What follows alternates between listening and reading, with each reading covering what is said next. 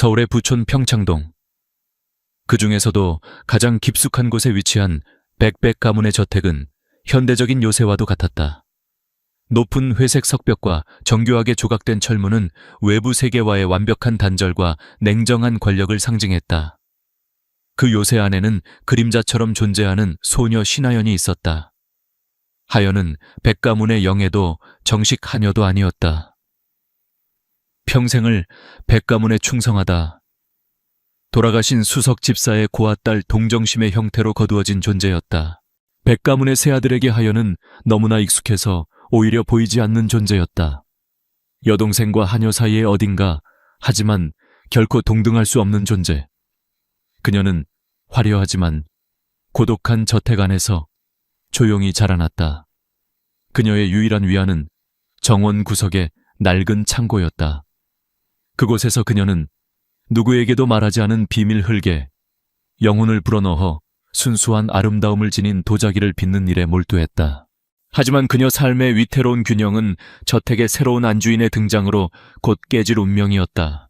장마가 시작되려는지 창밖은 금방이라도 비를 쏟아낼 듯 흐렸다. 저택의 응접실에는 무거운 침묵이 흘렀다.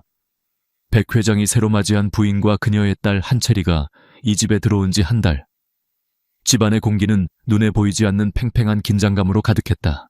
신하연은 갓 내린 커피를 쟁반에 받쳐들고 조용히 응접실로 들어섰다. 그녀의 발걸음에는 소리가 없었다. 이 집에서 살아남는 법은 스스로를 지우는 것이었다. 하연이 왔구나. 커피 이리 주렴. 새로운 안주인 윤 여사가 상냥하게 말했지만 그녀의 눈빛은 차가웠다. 그녀의 옆에는 동갑내기 의붓 여동생이 된 한채리가 앉아 있었다.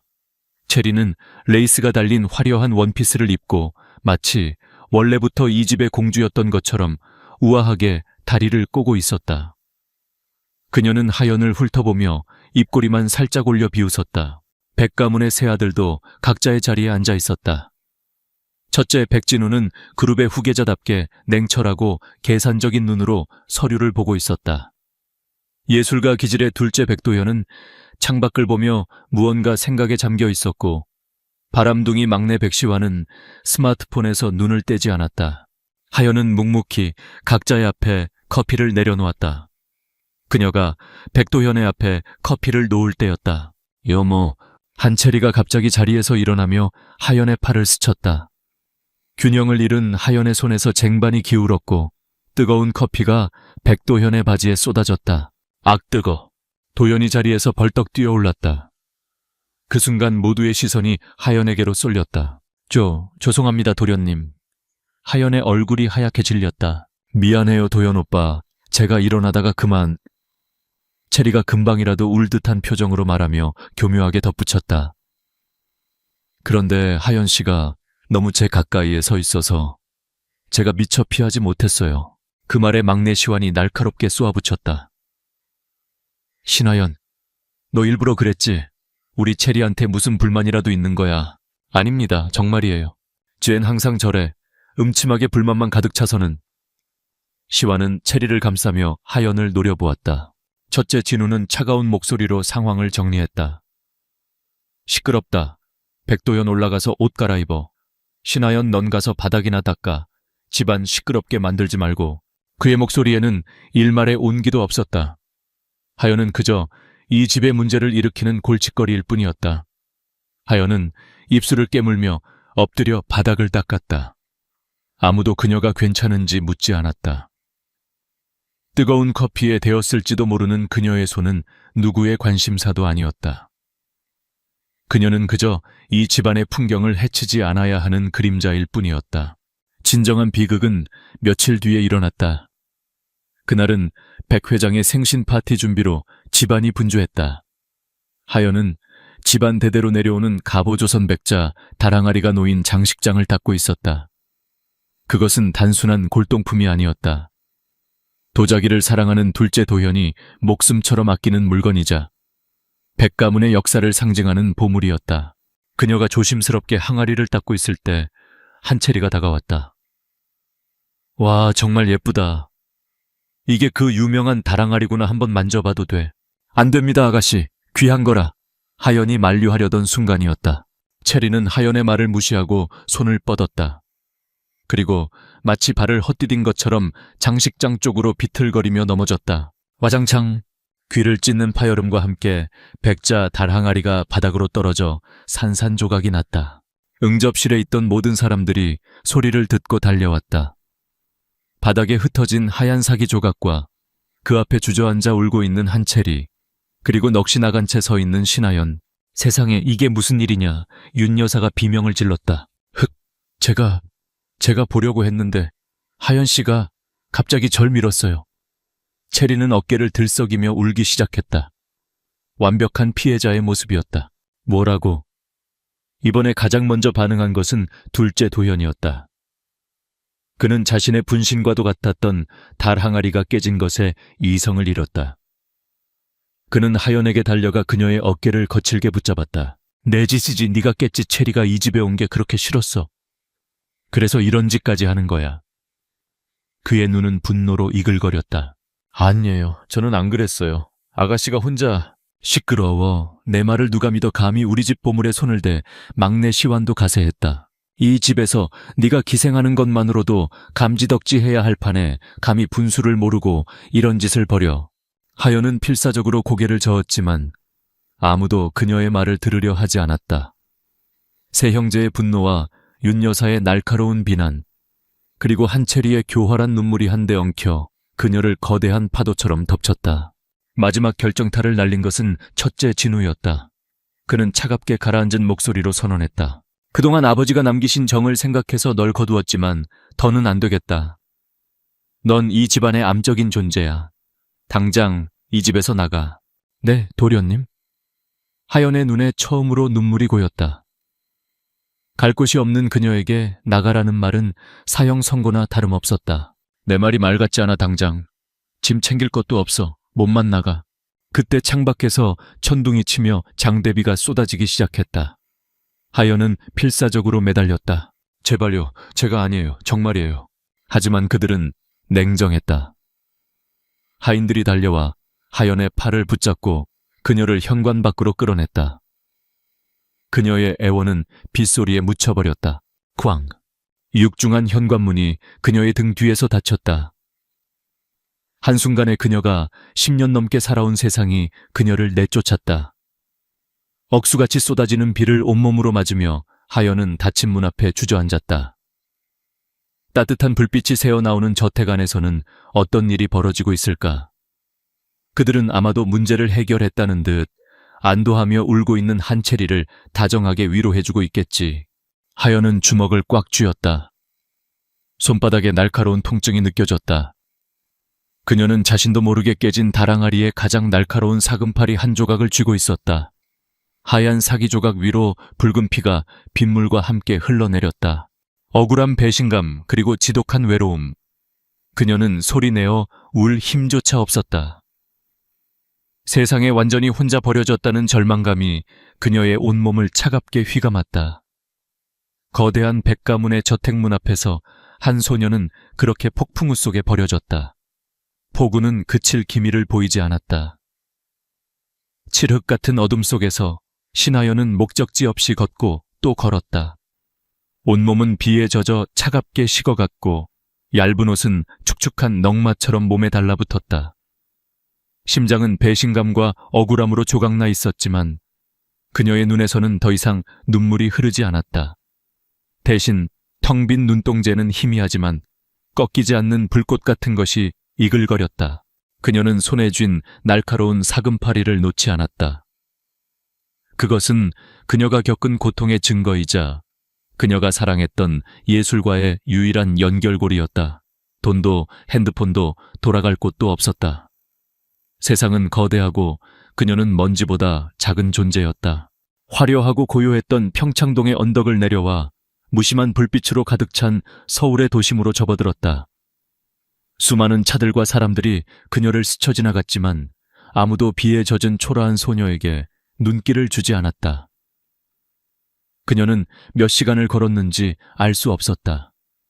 몸의 감각은 점점 무뎌졌고 의식은 희미해졌다. 그녀는 본능적으로 영혼에 익숙하고 편안한 곳을 향해 발걸음을 옮기고 있었다. 전통 찻집과 고미술 갤러리가 늘어선 거리 인사동이었다. 고요하고 비에 젖은 인사동의 좁은 골목길에 들어섰을 때 마침내 그녀의 힘은 바닥났다. 그녀는 오래되고 기품 있는 한옥 건물 앞에 쓰러졌다. 그곳은 인간 문화재로 지정된 도예 명인의 개인 작업실이었다. 정신을 잃는 마지막 순간까지도 그녀는 손에서 떨어진 사금파리를 향해 필사적으로 손을 뻗었다. 그때였다. 검은색 최고급 세단 한 대가 골목길 안으로 미끄러지듯 들어와 멈춰섰다. 뒷문이 열리고 명품 수트를 완벽하게 차려입은 한 남자와 그의 비서가 내렸다. 럭셔리 브랜드 아우라의 대표 강민준이었다. 그는 방금 도에 명인과의 늦은 밤 미팅을 마치고 돌아가는 길이었다. 대표님 차에 타시죠. 비서가 우산을 받쳐들었다. 강민준은 차에 오르려다 무언가를 발견하고 걸음을 멈췄다. 작업실 문 앞에 쓰러져 있는 작은 인형.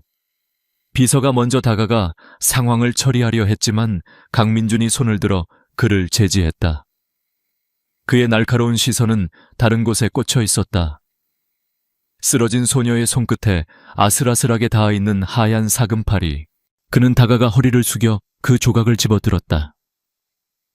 흙과 피가 묻어 있었지만 그의 전문가적인 눈은 단번에 그 비범함을 알아보았다.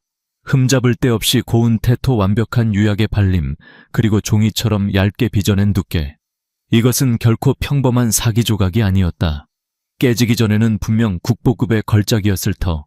그는 시선을 돌려 소녀의 손을 보았다.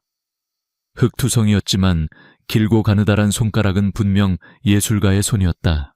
재능을 세상 그 무엇보다 귀하게 여기는 남자 강민준은 즉시 결정을 내렸다. 김 비서, 이 사람 병원으로 옮겨. 조용하고 깨끗한 1인실로. 다음날 하연은 낯선 병실에서 눈을 떴다. 깨끗한 시트와 희미한 소독약 냄새. 어젯밤의 일이 꿈처럼 아득하게 느껴졌다. 그때 병실 문이 열리고 한 남자가 들어왔다.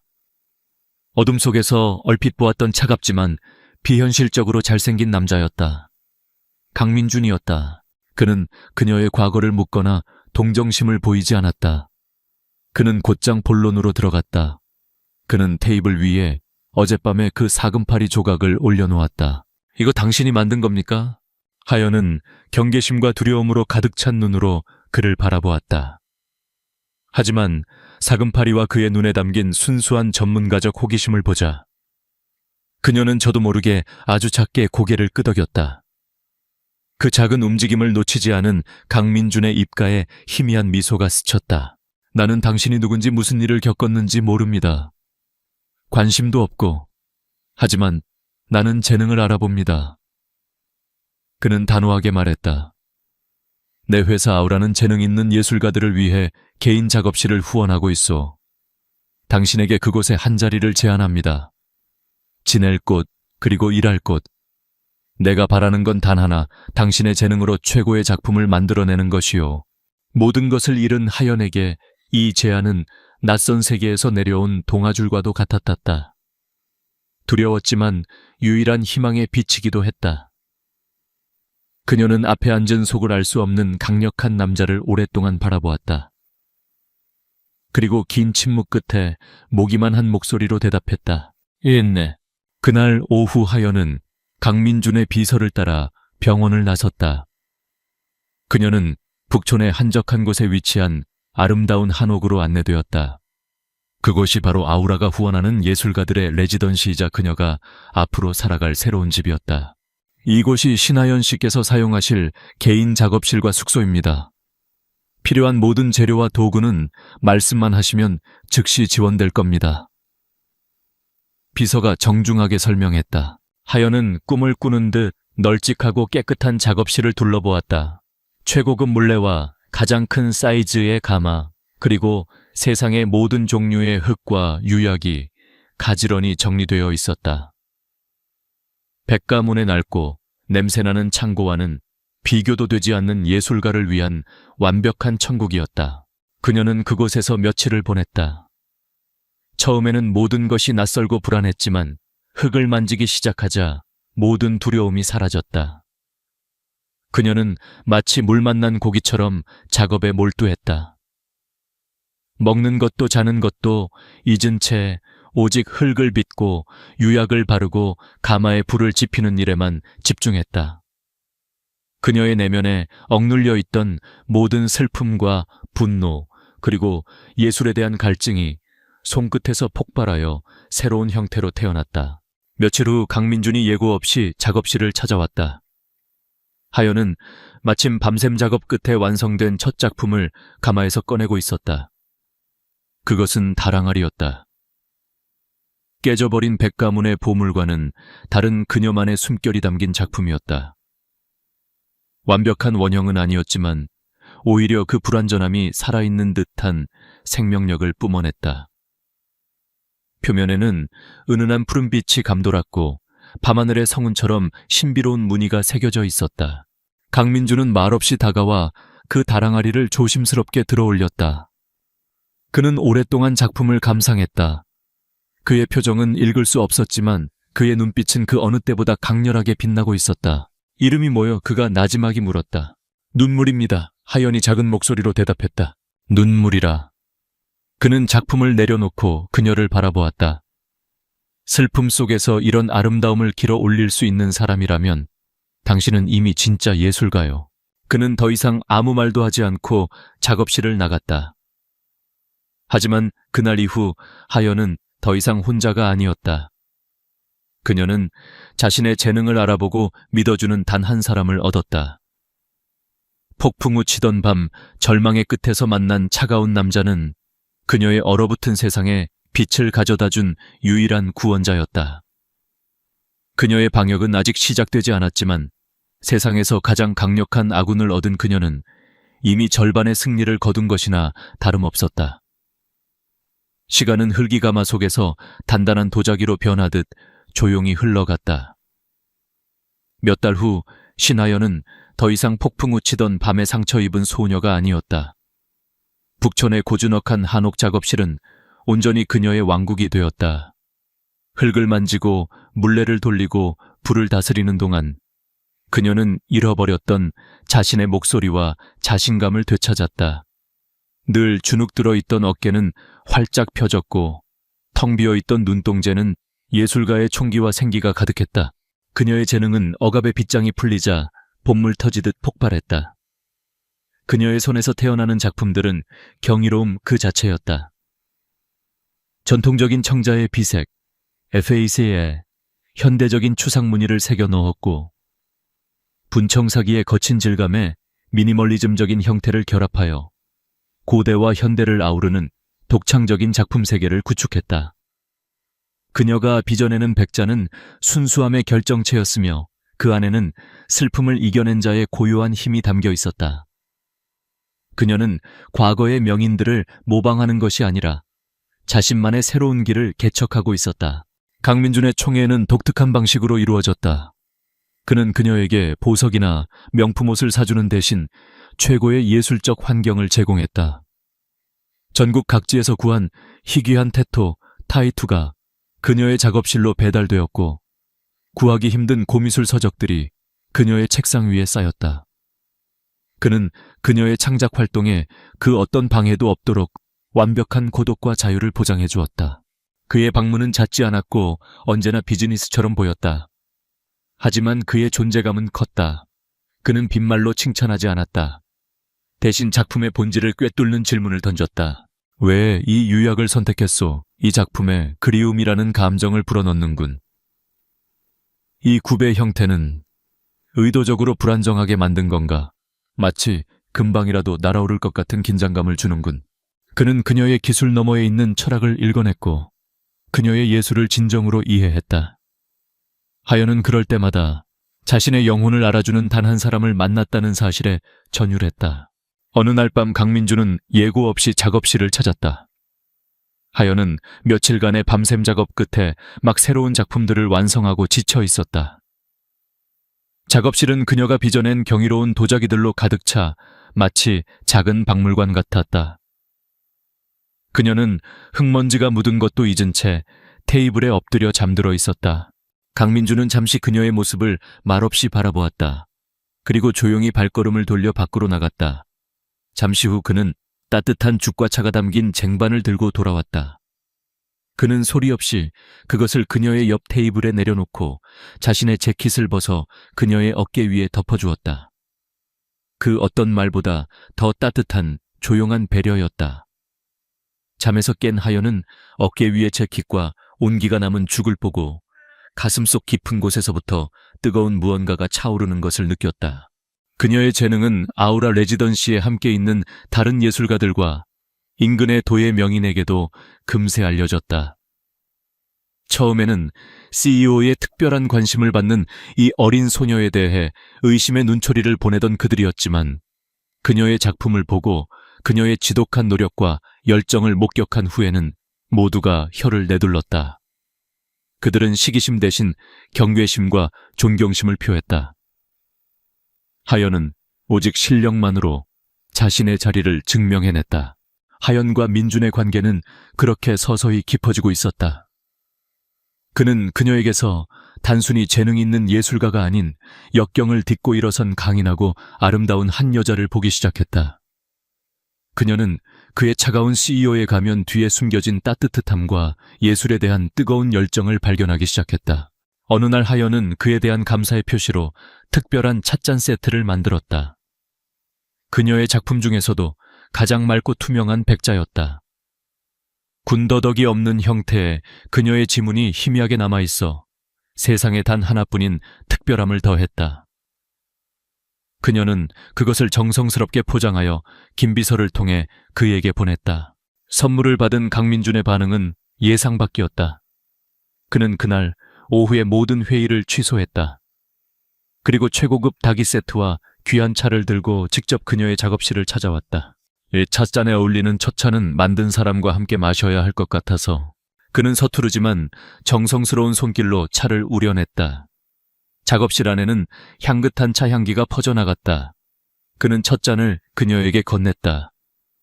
두 사람은 말없이 흙과 나무로 가득한 작업실 안에서 차를 마셨다. 비즈니스와 사적인 감정의 경계가 허물어지는 조용하고 충만한 순간이었다. 하연은 처음으로 백가문에서 느꼈던 서름이나 지금의 감사함을 넘어 한 남자로서 그에게 가슴이 두근거리는 것을 느꼈다. 그날 저녁 자신의 사무실로 돌아온 강민주는 결심을 굳혔다. 그는 책상 위에 찻잔을 들어 빛에 비춰보았다. 그 안에는 한서연이라는 여자의 순수한 영혼이 담겨 있는 듯했다. 이토록 위대한 재능을 더 이상 숨겨둘 수는 없었다. 그는 인터폰으로 김비서를 불렀다. 김비서, 아우라의 하반기 특별 전시회를 준비하게. 네, 대표님. 테마는 무엇으로 할까요?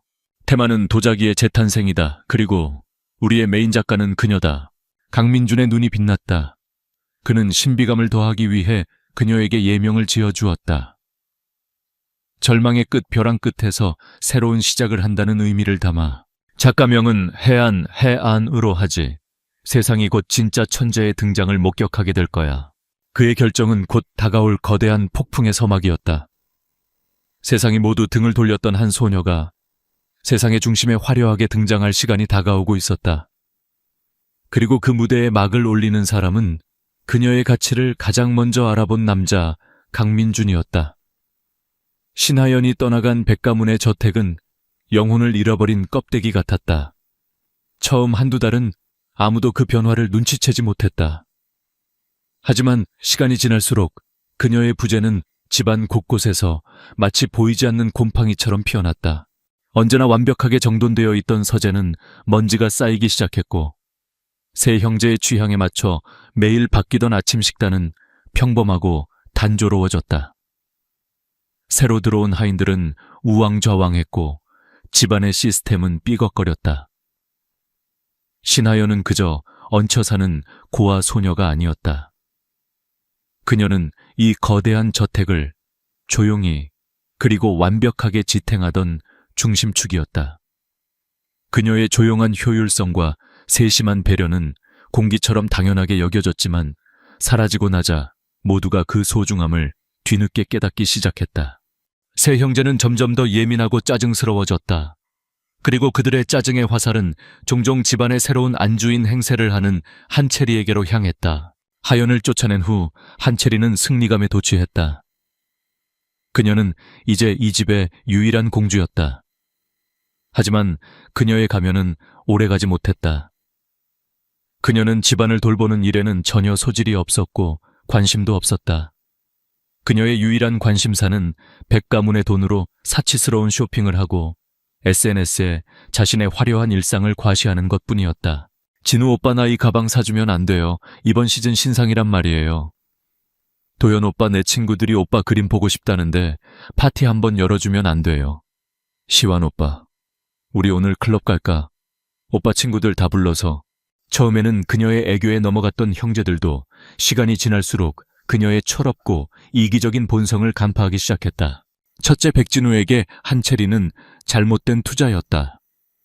그녀는 집안의 효율성을 떨어뜨리고 불필요한 지출만 늘리는 골칫덩거리였다. 그는 그녀의 유치한 요구를 들을 때마다 묵묵히 자신의 비서 역할까지 해내던 신하연의 유능함을 떠올리며 미간을 찌푸렸다. 둘째 백도현에게 한채리는 예술에 대한 모독이었다. 그녀는 그의 작품을 이해하지 못했고 그저 비싼 장식품 정도로만 여겼다.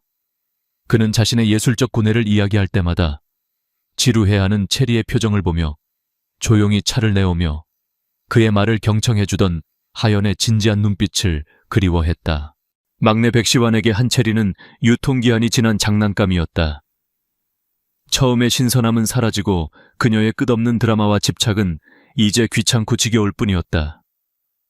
그는 체리가 매달릴 때마다 적당한 거리를 유지하며 결코 자신을 귀찮게 하지 않았던 하연의 현명함을 생각했다.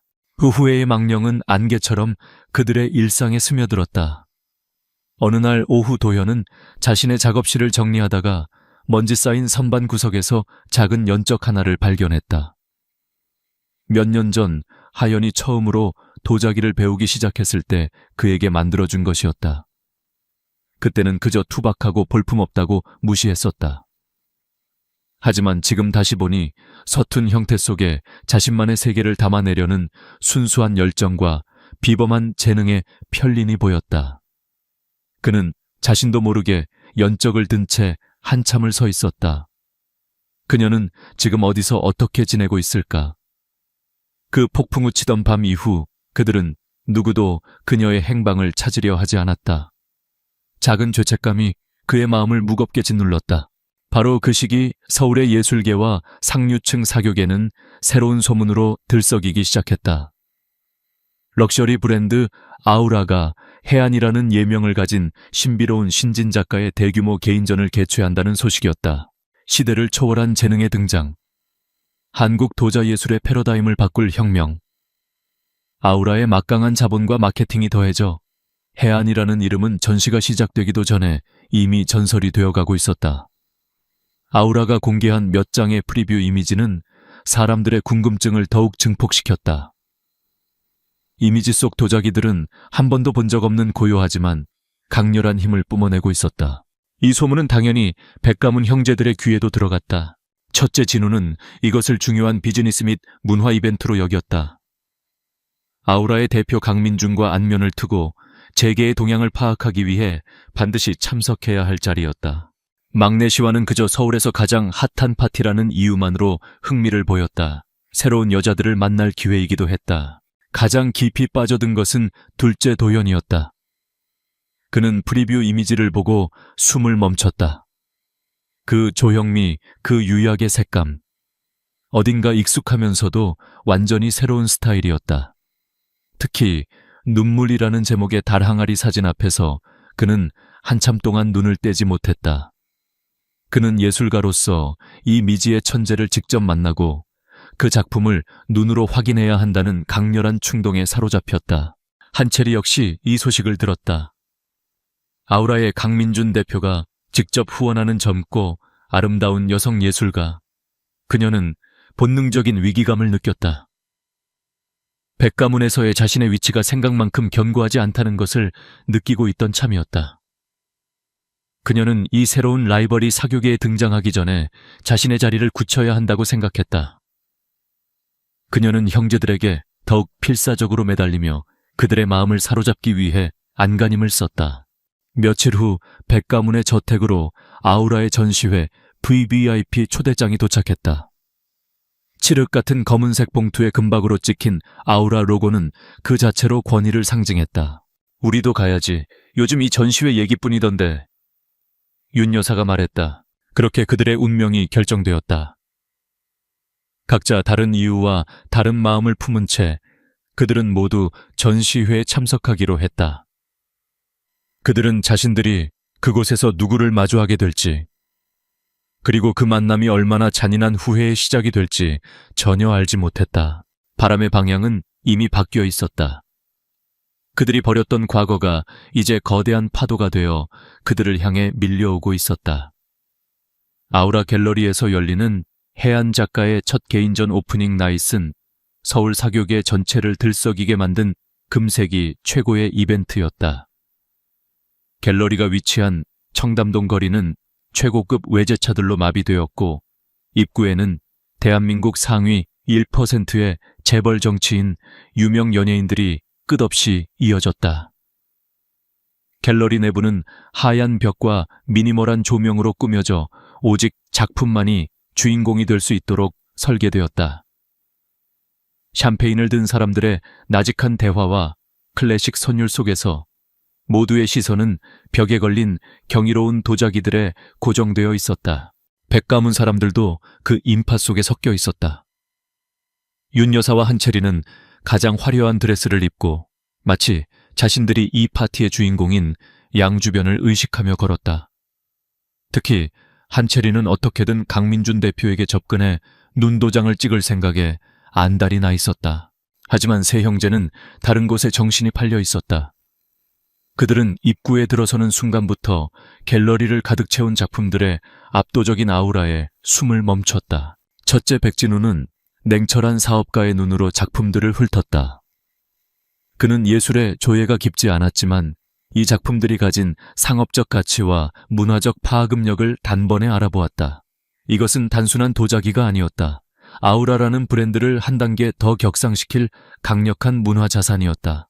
그는 이 미지의 천재를 발굴해낸 강민준의 안목에 감탄하며 동시에 그를 놓친 자신들의 어리석음을 곱씹었다. 막내 백시환은 그저 놀라워했다. 그는 작품의 깊이는 몰랐지만 이곳에 모인 모든 사람들이 이 도자기들에 대해 경탄하며 이야기하는 것을 보았다. 그는 자신이 무시하고 내쫓았던 그림자가 살던 세계와는 완전히 다른 강력하고 매혹적인 세계의 힘을 느끼고 있었다. 가장 큰 충격을 받은 것은 둘째, 백도현이었다. 그는 예술가로서 영혼의 전율을 느꼈다. 그는 작품 하나하나를 따라 천천히 걸으며 마치 오랜 친구와 재회한 듯한 기분에 휩싸였다. 특히 갤러리 중앙에 단독으로 전시된 다랑아리 눈물 앞에 섰을 때 그는 움직일 수 없었다. 그 불완전한 둥근 형태, 푸른빛이 감도는 신비로운 유약의 색감. 그것은 자신이 잃어버린 다랑아리에 대한 오마주이자 그것을 뛰어넘는 완벽한 재해석이었다. 그는 이 작품을 만든 사람의 영혼이 자신이 아주 잘 알고 있는 누군가의 영혼과 닮아 있다고 느꼈다. 지독한 슬픔과 고독을 이겨내고 그것을 아름다움으로 승화시킨 강인한 영혼. 그는 자신도 모르게 손을 뻗어 작품을 만져보고 싶은 충동에 사로잡혔다. 도연 오빠 여기서 뭐해, 재미없어. 한채리가 다가와 그의 팔을 잡아 끌었다. 도연은 처음으로 그녀의 손을 뿌리쳤다. 조용히 해, 여긴 네가 떠들 곳이 아니야. 그의 목소리는 얼음장처럼 차가웠다. 드디어 파티의 하이라이트가 다가왔다. 갤러리 중앙에 마련된 작은 단상으로 사회자가 올라섰고 모든 조명이 그곳으로 집중되었다. 장내가 조용해졌다. 신사숙녀 여러분, 오늘 밤 아우라의 새로운 전설이 시작되는 자리에 함께해 주셔서 감사합니다. 이제 지난 몇 달간 베일에 쌓여있던 천재 예술가 해안 작가를 여러분께 처음으로 소개합니다. 그리고 작가를 소개하기 위해 아우라의 대표 강민준 회장님을 무대로 모시겠습니다. 우레와 같은 박수 소리와 함께 완벽한 턱시도, 차림의 강민준이 무대로 올라섰다. 그의 존재감만으로도 장내의 공기는 달라졌다. 그는 마이크를 잡고 카리스마 넘치는 목소리로 말했다. 오늘 밤 여러분은 단순한 예술가를 만나는 것이 아닙니다. 여러분은 역경 속에서 피어난 기적을 목격하게 될 것입니다. 그녀는 자신의 상처를 예술로 치유했고 이제 그 예술로 세상을 치유할 것입니다. 여러분, 뜨거운 박수로 맞아주십시오. 작가 해안. 강민준이 무대 뒤쪽을 향해 손을 뻗었다. 모든 사람의 시선이 그곳으로 향했다. 백가문 사람들 역시 숨을 죽인 채 무대를 바라보았다. 어둠 속에서 한 여자가 천천히 걸어 나왔다. 그녀는 짙은 남색의 몸의 곡선을 우아하게 드러내는 실크 드레스를 입고 있었다. 길고 검은 머리는 자연스럽게 묶어 올렸고 화려한 장신구 하나 없이도 그녀 자신만으로도 빛나고 있었다. 과거에 주눅들고 그늘졌던 모습은 어디에도 없었다. 그녀의 걸음걸이는 당당했고 그녀의 표정은 고요했지만 강한 자신감으로 가득 차 있었다. 그녀가 조명 아래 모습을 완전히 드러내는 순간 백가문의 저택 응접실은 얼어붙었다. 신터하 연. 그들이 멸시하고 무시하고 폭풍 우치는 밤에 맨몸으로 내쫓았던 바로 그 소녀였다. 말도 안 돼. 막내 시완이 멍하니 중얼거렸다. 그의 눈에는 믿을 수 없다는 경악이 가득했다. 첫째 진우의 얼굴은 차갑게 굳어졌다. 그의 머릿속은 복잡한 계산으로 빠르게 돌아갔다. 자신이 내쫓은 고아 소녀가 이제는 자신이 어떻게든 손을 잡아야 할 거물이 되어 눈앞에 나타난 것이다. 굴욕감과 함께 이 상황을 어떻게 이용해야 할지에 대한 냉정한 계산이 시작되었다. 둘째 도현은 심장이 멎는 듯한 충격을 받았다. 해안, 벼랑 끝. 그는 이제야 그 이름의 의미를 깨달았다.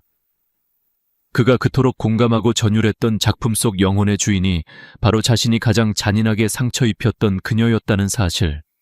죄책감과 후회, 그리고 그녀의 재능에 대한 순수한 경외심이 뒤섞여 그의 온몸을 강타했다. 가장 극적인 반응을 보인 것은 한첼이었다. 그녀의 예쁘게 화장한 얼굴은 질투와 증오, 그리고 공포로 흉하게 일그러졌다. 자신이 짓밟고 승리했다고 생각했던 존재가 이제는 자신이 감히 쳐다볼 수도 없는 높은 곳에서 가장 강력한 남자의 옆에 서서 빛나고 있었다. 그녀는 자신의 패배를 직감했다. 하연은 단상에 올라 강민준의 옆에 섰다. 그녀는 청중을 향해 우아하게 고개를 숙였다. 그리고 마이크를 잡았다. 그녀의 목소리는 떨리지 않았다. 오히려 맑고 단단했다. 제 이름은 신하연입니다. 그리고 이제 해안입니다. 제 작품을 보러 와주신 모든 분들께 감사드립니다. 그녀는 길게 말하지 않았다. 하지만 그 짧은 한마디는 백가문 사람들의 심장에 비수처럼 꽂혔다. 그녀는 더 이상 그들의 그림자가 아니었다. 그녀는 자신만의 이름을 가진 독립적이고 완전한 존재였다. 연설을 마친 그녀는 청중을 둘러보았다. 그녀의 시선은 잠시 얼어붙은 채 서 있는 백가문 형제들과 마주쳤다. 그녀의 눈에는 원망도 슬픔도 승리감도 없었다. 그저 낯선 사람을 보는 듯한 완벽한 무관심만이 담겨 있었다. 그리고 그녀는 천천히 고개를 돌려 자신을 따뜻한 눈빛으로 바라보고 있는 강민준에게 미소를 지어 보였다.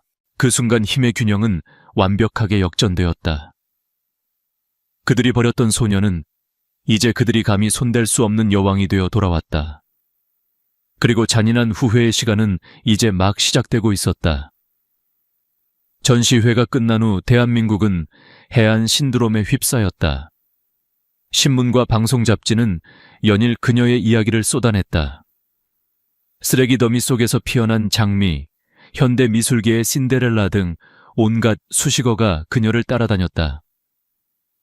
그녀의 작품들은 경매에서 천문학적인 가격에 낙찰되었고 세계적인 미술관들은 그녀를 초청하기 위해 물밑 경쟁을 벌였다. 신하연은 더 이상 버림받은 고아 소녀가 아니었다. 그녀는 시대의 아이콘이자 거부할 수 없는 문화 현상이었다. 이 모든 광경을 백가문의 형제들은 지옥과도 같은 심정으로 지켜봐야 했다. 그들이 내쫓았던 여자의 성공은 이제 그들의 뺨을 후려치는 공개적인 망신이 되었다. 후회는 날카로운 칼날이 되어 매일 밤 그들의 심장을 찔렀다. 그들은 그녀를 되찾아야 한다고 생각했다. 각자 다른 이기적인 이유로 가장 먼저 움직인 것은 첫째 백진우였다. 그는 사업가답게 거래를 제안했다. 그는 비서를 통해 정식으로 미팅을 요청했고 하연은 강민준과 함께 그의 사무실을 찾았다. 하연아, 아니, 혜안 작가. 진우는 애써 부드러운 미소를 지으며 말했다. 정말 대단하더구나. 우리가 너의 재능을 미처 알아보지 못했어. 정말 미안하다. 그는 사과로 운을 뗀 후 본론을 꺼냈다. 그래서 말인데 우리 백가문에서 너를 위해 재단을 설립해주고 싶다. 해안미술관을 짓는 거야. 네가 작품 활동에만 전념할 수 있도록 우리가 모든 것을 지원하겠다. 그것은 그녀의 예술을 지원하겠다는 말로 포장되었지만 실은 그녀의 성공에 백가문이라는 이름을 숟가락처럼 얹으려는 투명한 속셈이었다. 잃어버린 명예를 되찾기 위한 비즈니스 제안. 하연은 그의 말을 끝까지 조용히 들었다. 그리고 찻잔을 내려놓으며 차갑게 말했다. 제안은 감사하지만 거절하겠습니다. 뭐라고 왜지? 이건 너에게도 엄청난 기회야. 진우는 당황했다. 제 예술은 예술가를 파괴하려 했던 사람들의 지원 따위는 필요 없습니다. 그녀의 목소리는 얼음 같았다. 저의 유일한 파트너는 제 옆에 계신 아우라의 강민준 대표님 한 분뿐입니다. 그럼 이만 실례하겠습니다. 그녀는 강민준과 함께 미련 없이 일어섰다.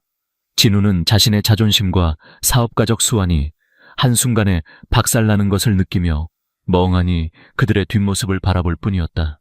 두 번째는 둘째 백도현이었다. 그는 감성적이고 예술적인 방법으로 접근했다.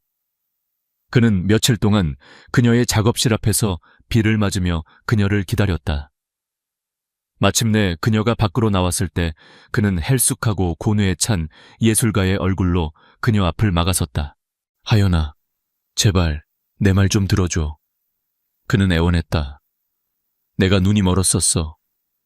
너의 그 위대한 재능을, 너의 그 깊은 영혼을 알아보지 못했어. 나를 용서해줘. 우리 다시 예전처럼 예술에 대해 이야기하고 서로에게 영감을 주는 사이가 될 수는 없는 걸까? 그는 예술가로서의 동질감과 뒤늦은 사과로 그녀의 마음을 돌리려 했다. 하지만 하연의 눈빛은 조금도 흔들리지 않았다. 도연 씨가 찾고 있는 그 예술가는 그날 밤 빗속에서 죽었어요. 그녀는 감정 없는 목소리로 말했다. 지금 당신 앞에 서 있는 사람은 혜안입니다. 그리고 혜안은 당신과 공동작업을 할 마음이 전혀 없습니다. 그 말은 도현의 마지막 희망을 산산조각 냈다. 그는 예술적으로나 인간적으로나 그녀에게서 영원히 용서받을 수 없다는 사실을 깨달았다. 그는 무너져 내리듯 그 자리에 주저앉았다. 막내 백시환의 방법은 가장 유치했다. 그는 예전의 바람둥이 습관을 버리지 못하고 그녀의 작업실로 매일 거대한 꽃다발을 보냈다. 그녀가 좋아하던 디저트를 사서 무작정 기다리기도 했다. 그는 이 모든 것을 그저 큰 오해였다는 식으로 자신의 매력과 애교로 무마할 수 있다고 믿었다. 하지만 하연은 그에게 만남의 기회조차 주지 않았다. 강민준이 배치한 경호원들은 그의 모든 접근을 막아냈고 그는 작업실 근처를 배회하다가 스토커로 오인바다 경비원들에게 쫓겨나는 공개적인 망신까지 당했다. 형제들의 필사적인 시도가 모두 실패로 돌아가자 가장 큰 공포를 느낀 것은 한채리였다. 형제들은 이제 그녀를 경멸과 혐오의 눈으로 바라보기 시작했다. 그녀는 자신이 곧 이 집에서 쫓겨날 것이라는 위기감에 사로잡혔다. 이성을 잃은 그녀는 마지막 발악을 하기로 결심했다. 내가 가질 수 없다면 부숴버리겠어. 그녀는 뒷골목의 심부름 센터에 돈을 주고 사람을 고용했다. 목표는 신하연의 작업실에 몰래 들어가 곧 있을 해외 특별전에 출품할 그녀의 새로운 작품들을 모두 박살내는 것이었다. 하지만 그 계획은 어설프고 멍청하기 짝이 없었다. 강민준은 이미 이런 식의 방해 공작을 예상하고 있었다. 그는 하연의 작업실 주변에 군사시설 수준의 최첨단 보안 시스템을 설치해 두었다. 고용된 침입자는 담을 넘자마자 경보 시스템에 발각되었고 출동한 경호팀에게 현장에서 즉시 체포되었다. 그는 약간의 신문만으로도 자신을 고용한 사람이 한첼이라는 사실을 모두 실토했다. 강민주는 이 증거를 조용히 경찰에 넘기지 않았다. 그는 언론을 이용해 이 추악한 사건을 세상에 터뜨렸다. 다음 날 모든 언론사의 사회면 한 면은 같은 기사로 도배되었다. 천재도예가 해안 의붓 자매의 질투로 작품 파손 위기, 충격적인 범행 동기, 기사와 함께 침입자가 체포되는 장면이 담긴 CCTV 영상과 그의 자백 내용이 공개되었다. 파장은 엄청났다. 백가문 사태에 대해 조금이라도 의심이나 동정심을 가졌던 사람들조차 이 사건을 계기로 완전히 등을 돌렸다. 한첼이는 대한민국에서 가장 사악한 악녀로 낙인 찍혔다. 이 소식을 접한 백가문 형제들은 최후의 그리고 가장 거대한 후회의 파도에 휩쓸렸다. 그들은 자신들이 진짜 보물 신하연을 내쫓고 그 자리에 사악하고 가치없는 가짜 한첼이를 들였다는 사실을 깨달았다. 그들의 어리석은 선택이 결국 모든 것을 파멸로 이끌었다. 그날 저녁 세 형제는 거실에 모여 자신들의 어리석음이 만천에 공개되는 뉴스를 망연자실한 표정으로 보고 있었다. 화면 속에서는 한첼이가 검찰에 소환되어 기자들에게 둘러싸여 있었다. 그들의 집, 그들의 이름은 이제 회복할 수 없는 오명과 스캔들의 대명사가 되었다. 그 어떤 용서를 빌 기회도 만회할 가능성도 이제는 영원히 사라졌다. 후회의 폭풍은 모든 것을 휩쓸고 지나가 그들의 삶에 폐허만을 남겼다. 한첼이의 추악한 범행이 세상에 알려진 후 모든 것은 제자리를 찾아갔다. 그녀는 재물송 외교사 혐의로 법정에 섰고 결국 집행유예를 선고받았다. 하지만 법의 처벌보다 더 무서운 것은 사회적인 매장이었다. 백가문은 공식적으로 그녀와 그녀의 어머니와의 관계를 단절했고 두 모녀는 견디지 못하고 모든 것을 처분한 뒤 밤안개 속으로 사라지듯 종적을 감췄다. 백가문의 형제들은 거대하고 텅 빈 저택 안에 후회라는 이름의 감옥에 갇혔다. 그룹의 주가는 폭락했고 재계와 사교계에서 그들의 이름은 오만과 어리석음의 동의어가 되었다. 그들은 한때 자신들의 발 아래에 있던 세상을 이제는 고개 숙여 마주해야 했다. 어느 비오는 날 저녁 세 형제는 오랜만에 한자리에 모였다. 거실에는 무거운 침묵만이 흘렀다. 그들은 깨달았다. 그들이 한마음으로 한 소녀를 내쫓았던 그날 그들은 단순히 한 사람을 버린 것이 아니었다. 그들은 자신들의 집에서 온 길을 영혼을 그리고 행운을 내쫓았던 것이다. 그들이 평생을 안고 가야 할 돌이킬 수 없는 실수였다. 시간이 흘러 계절이 바뀌었다. 신하연, 이제는 세계적인 작가 해안의 삶은 눈부시게 빛나고 있었다. 뉴욕에서 열린 그녀의 첫 해외 개인전은 대성공을 거두었고 그녀의 이름은 이제 한국을 넘어 세계 미술계에 각인되었다. 그녀는 더 이상 과거의 상처에 얽매이지 않았다. 북촌의 아름다운 한옥은 그녀의 안식처이자 창작의 요람이 되었다. 어느 맑은 가을날 저녁 강민준이 그녀를 찾아왔다. 하지만 작업실이 아닌 레지던시의 아름다운 정원으로 그녀를 이끌었다. 정원에는 은은한 조명들이 나무마다 걸려 마치 밤하늘의 별들이 내려앉은 듯한 몽환적인 분위기를 자아내고 있었다. 오늘 할 이야기가 있어. 강민준이 평소보다 조금 긴장된 목소리로 말했다. 그는 그녀와 함께 정원을 천천히 걸었다. 그는 사업 파트너로서의 이야기부터 시작했다.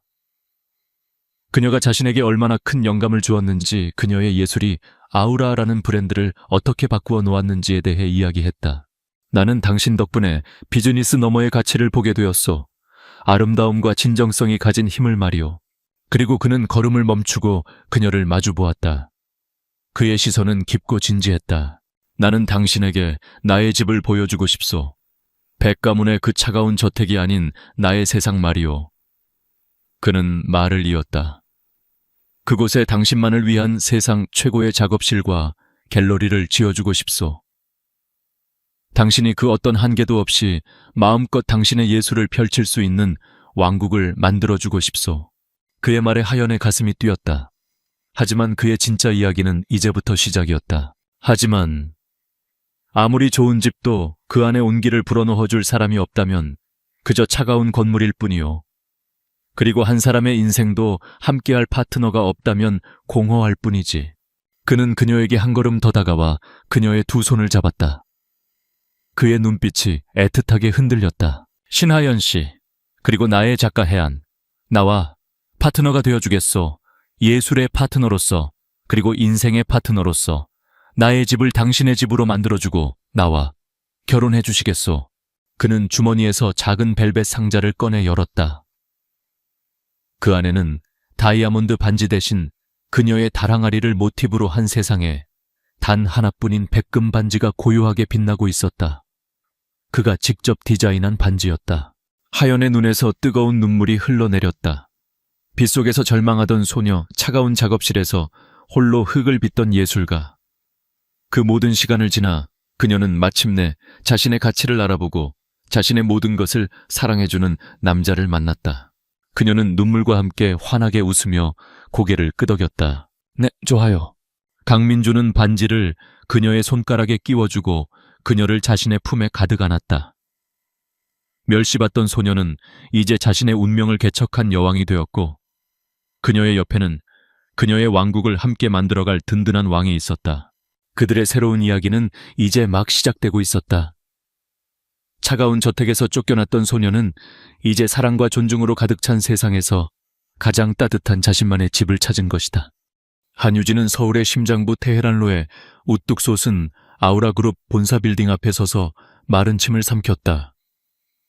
유리와 강철로 이루어진 거대한 탑은 구름을 꿰뚫을 듯 웅장했고 아침 햇살을 받아 눈부시게 빛나고 있었다. 오늘부터 그녀는 이 거대한 제국의 아주 작은 부품 인턴 사원으로서 첫 발을 내딛게 된다. 최고 학점으로 대학을 졸업했지만 유진은 자신의 배경을 드러내는 것을 좋아하지 않았다. 그녀는 오늘도 값비싼 명품 정장 대신 단정하지만 저렴한 흰색 블라우스와 검은색 슬랙스를 입고 있었다. 손에는 유일한 사치품인 낡은 가죽 서류 가방이 들려 있었다. 그 안에는 그녀의 꿈과 미래, 그리고 누구에게도 말할 수 없는 비밀이 함께 담겨 있었다. 정신 차리자 한유진, 여긴 전쟁터야. 스스로에게 작은 다짐을 건넨 그녀는 회전문을 통과해 로비로 들어섰다. 대리석 바닥은 거울처럼 반짝였고 높은 천장에는 거대한 현대 미술 작품이 걸려 있었다. 분주하게 오가는 직원들의 모습에서는 자신감과 엘리트 의식이 넘쳐 흘렀다. 유진은 잠시 위축되는 자신을 느끼며 숨을 골랐다. 그녀의 비밀은 바로 결혼이었다. 불과 석 달 전 유진은 얼굴도 거의 본 적 없는 남자와 결혼했다.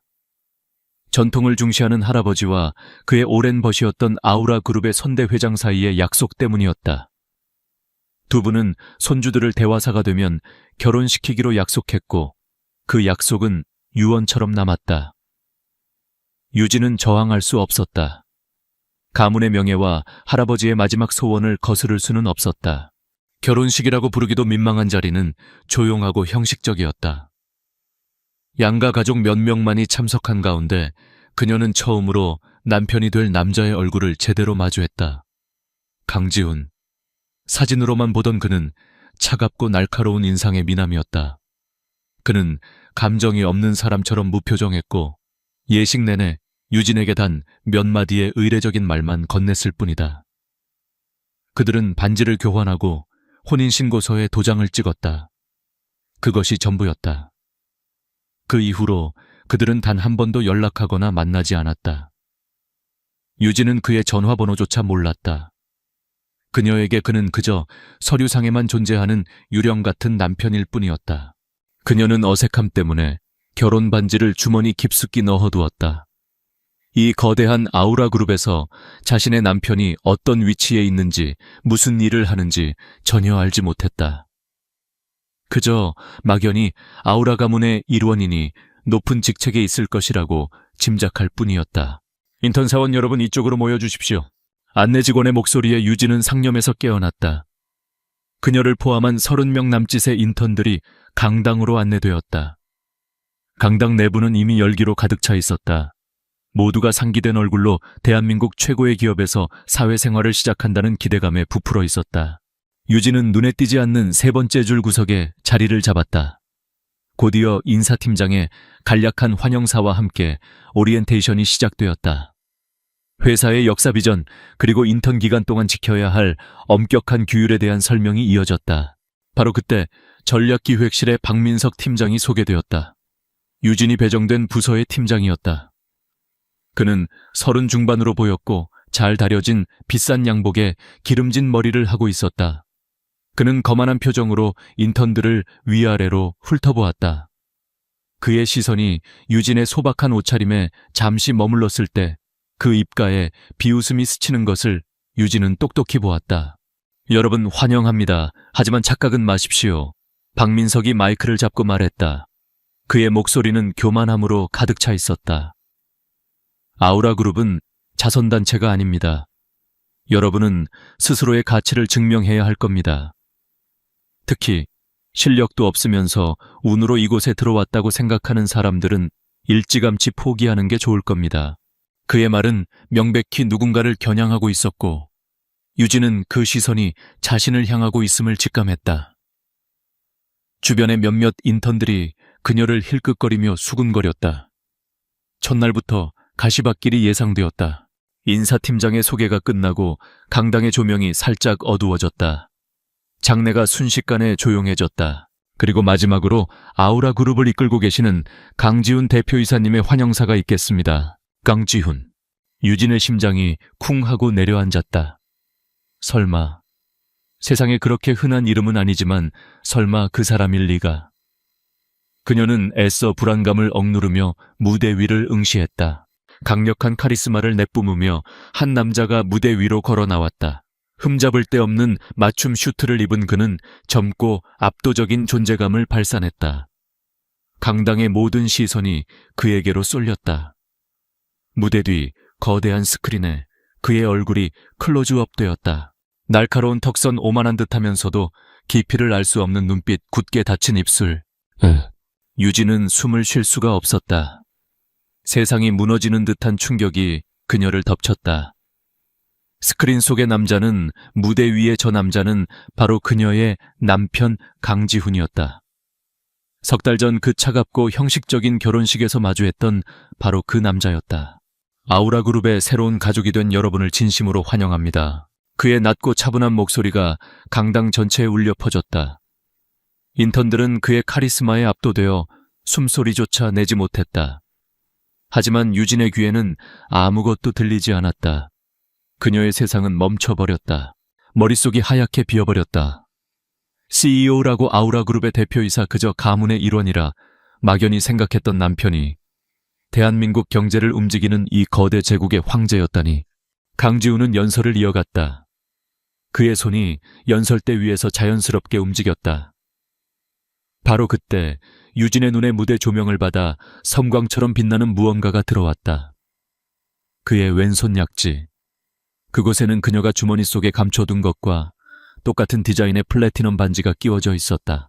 그것은 그들의 관계가 현실임을 알리는 차가운 증거였다.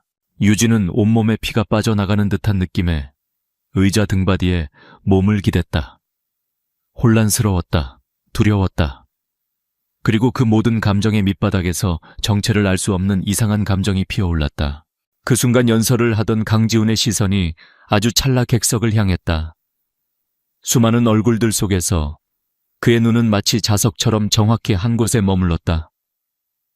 새하얗게 질린 채 자신을 바라보고 있는 세 번째 줄의 한 여자. 유진은 그와 눈이 마주쳤다고 느꼈다. 그의 무표정한 얼굴에 아주 미세한, 거의 알아차릴 수 없는 동요가 스쳐 지나갔다. 하지만 그것은 1초도 되지 않는 순간이었다. 그는 다시 완벽한 포커페이스를 유지하며 연설을 매끄럽게 이어갔다. 그는 그녀를 알아본 것이다. 그녀가 이곳에 있다는 사실을 알고 있었다. 연설이 끝나고 우레와 같은 박수 소리가 터져 나왔다. 인턴들은 젊고 카리스마 넘치는 CEO에 대한 감탄으로 흥분해서 떠들어댔다. 오직 유진만이 영혼이 빠져나간 사람처럼 멍하니 앉아 있었다. 이제 어떻게 해야 하는가? 이 사실을 누구에게 말할 수 있단 말인가? 아우라그룹의 인턴과 CEO가 비밀리에 결혼한 사이라는 것을 아무도 믿지 않을 것이다. 설령 믿는다 해도 그녀는 온갖 구설과 오해의 중심에 서게 될 것이다. CEO에게 꼬리쳐서 입사했다는 식의 끔찍한 소문이 돌 것이 뻔했다. 한유진 씨 정신 안 차려요. 이제 부서로 이동해야죠. 옆자리에 앉았던 동기 인턴이 그녀의 팔을 툭 쳤다. 유진은 그제야 정신을 차리고 자리에서 일어났다. 다리가 후들거려 제대로 서 있기조차 힘들었다. 그녀의 첫 직장 생활은 시작부터 악몽이 되어버렸다. 아니 어쩌면 그보다 더 복잡하고 예측할 수 없는 무언가의 시작일지도 몰랐다. 전략기획실로 향하는 그녀의 발걸음은 청은망은 무거웠다. 그녀의 머릿속은 단 하나의 질문으로 가득 차 있었다. 강지훈 그 남자는 도대체 무슨 생각을 하고 있는 걸까?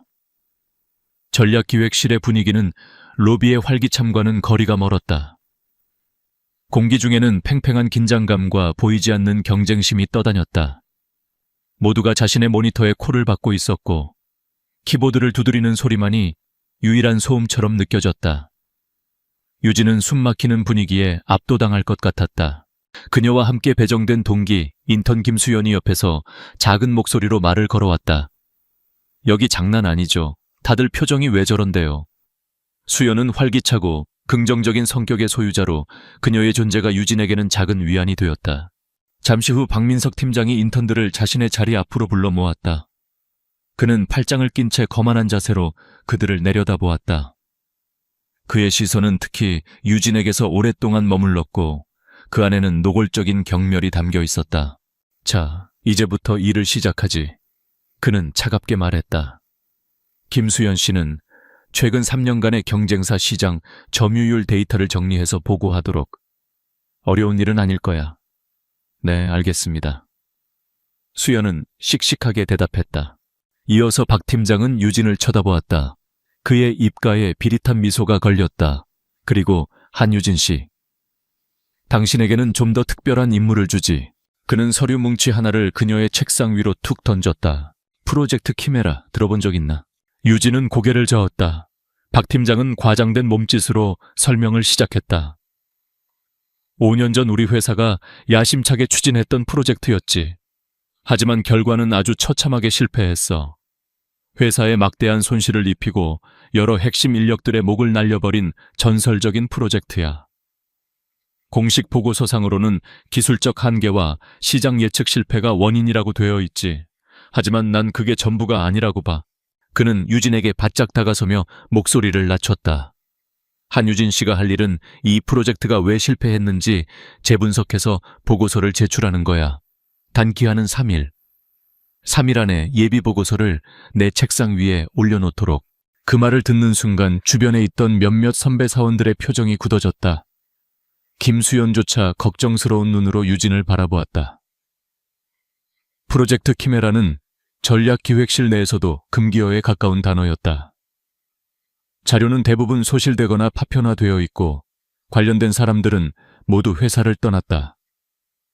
3일 안에 예비 보고서를 내라는 것은 사실상 내 발로 걸어나가라는 통보나 다름없었다.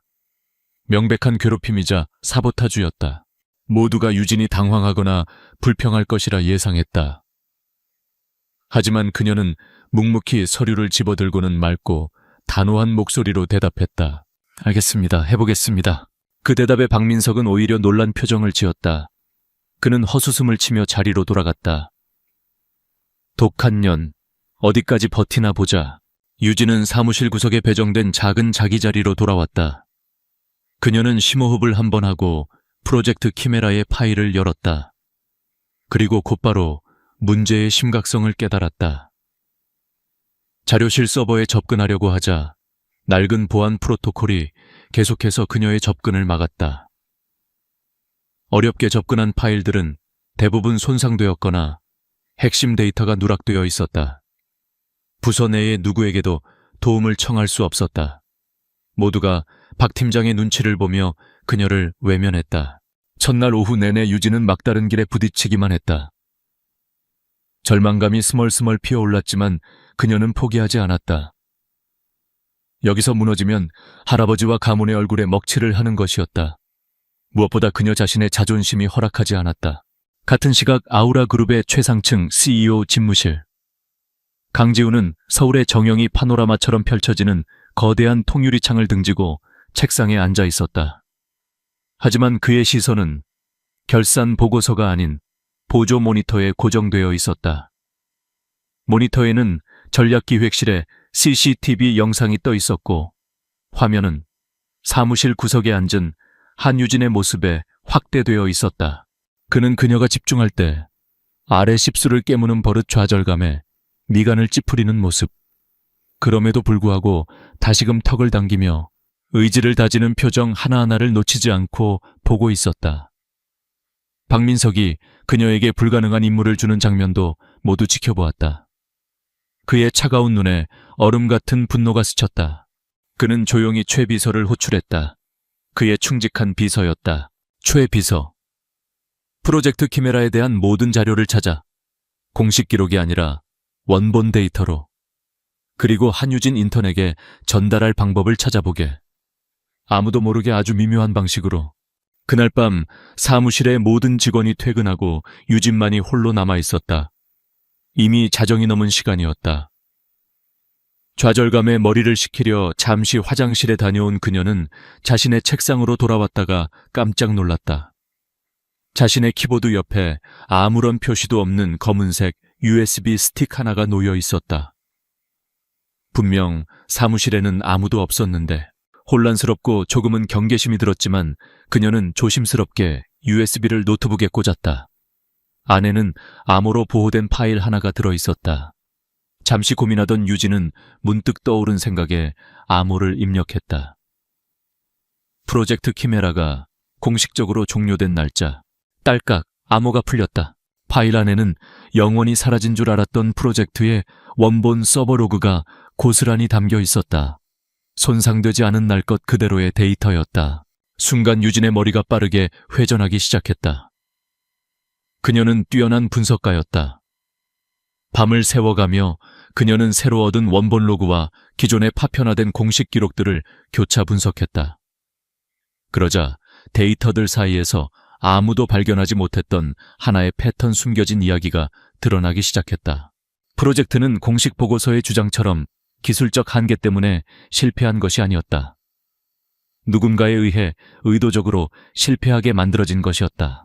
다음 날 아침 유진은 피곤에 절어 있었지만 그녀의 눈은 승리감으로 반짝이고 있었다.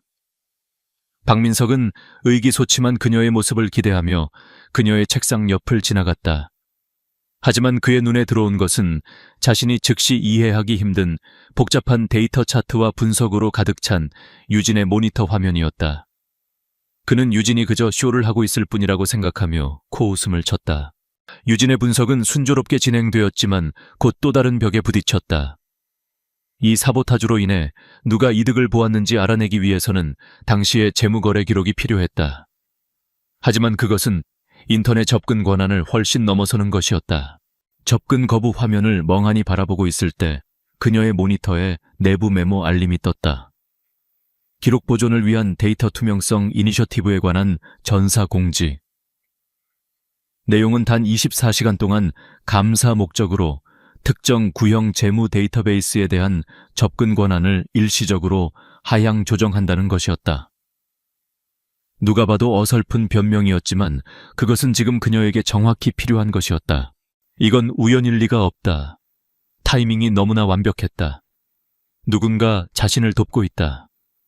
그녀의 머릿속에 강당에서 마주쳤던 강지훈의 그 짧고 강렬한 눈빛이 스쳐 지나갔다. 설마 그녀는 터무니없는 생각이라며 고개를 저었지만 의심의 씨앗은 이미 마음속에 심어졌다. 이제 유진은 필요한 모든 조각을 손에 쥐었다. 그녀는 더 이상 프로젝트 실패에 대한 예비 보고서를 작성하는 것이 아니었다. 그녀는 5년 전에 묻혔던 거대한 기업 범죄를 파헤치려 하고 있었다. 불가능한 과제는 이제 그녀에게 절호의 기회가 되었다. 유진은 자신의 무리들과 웃고 떠들고 있는 박민석 팀장을 건너다 보았다. 새로운 결의가 그녀의 눈에 차올랐다. 그녀는 여기서 살아남는 것을 넘어 진실을 폭로할 것이다. 이틀 밤낮으로 유진은 잠자는 시간조차 잊은 채 보고서에 매달렸다. 그녀의 작은 책상 위에는 빈 에너지 드링크 캔들이 쌓여갔고 눈은 핏발이 서 있었지만 정신만은 얼음처럼 차갑고 명료했다. 그녀는 흩어져 있던 퍼즐 조각들을 완벽하게 꿰맞추고 있었다. 그녀가 밝혀낸 진실은 끔찍했다. 프로젝트 키메라의 실패는 단순한 사보타주가 아니었다. 그것은 경쟁사였던 넥서스테크에게 막대한 이권이 걸린 정부 주도 사업권을 넘겨주기 위해 치밀하게 계획된 범죄였다. 그녀가 기적적으로 접근할 수 있었던 재무 기록은 결정적인 증거를 보여주었다. 사업권이 넥서스테크에 넘어간 직후 박민석 팀장의 친척 명의로 된 유령 회사가 넥서스테크로부터 거액의 컨설팅 비용을 받은 기록이 있었다. 당시 키메라 팀의 말단 사원이었던 박민석은 내부 첩자였다. 그는 의도적으로 조작된 데이터를 흘리고 핵심 부품의 오류를 유도했다. 그는 이 범죄의 주모자는 아니었지만 성공의 대가로 고속 승진이라는 달콤한 보상을 받은 핵심 공모자였다. 마감일 아침 유진은 마침내 보고서를 완성했다. 그것은 박 팀장이 요구했던 예비 보고서가 아니었다. 명백한 증거들로 뒷받침된 거대한 음모의 전말을 담은 폭발적인 범죄 고발서였다. 그녀는 만일을 대비해 보고서를 두 부 출력했다. 한 부는 제출용, 다른 한 부는 자신의 서류 가방 깊숙한 곳에 보관했다. 그녀의 친구 수연은 헬쑥해진 유진의 얼굴을 보며 경외감과 걱정이 뒤섞인 표정을 지었다. 유진아, 조심해. 이건 그냥 인턴 과제가 아닌 것 같아. 유진은 박민석 팀장의 자리에 보고서를 제출하기 위해 다가갔다. 하지만 그의 자리는 비어 있었다. 부서 규정에 따라 그녀는 봉인된 서류 봉투를 그의 책상 위에 올려두었다. 긴장감과 성취감이 뒤섞인 감정을 느끼며 잠시 커피를 가지러 탕비실로 향했다. 바로 그 짧은 순간 박민석이 사무실로 돌아왔다. 그는 책상 위에 놓인 두툼한 봉투를 보고는 코웃음을 쳤다. 고작 3일 만에 뭘 했다고 이렇게 두껍게 만들었으람. 그는 봉투를 뜯고 보고서를 읽기 시작했다. 그의 표정은 거만함에서 놀라움으로, 그리고 창백한 두려움으로, 마지막에는 탐욕스러운 기회주의로 빠르게 변해갔다. 그는 보고서가 자신을 겨냥한 것이 아니라 키메라, 당시의 윗선들을 향한 것임을 깨달았다. 그는 이 보고서를 이용해 자신의 상사들을 협박하거나 혹은 이 발견의 공로를 가로챌 수 있다고 생각했다.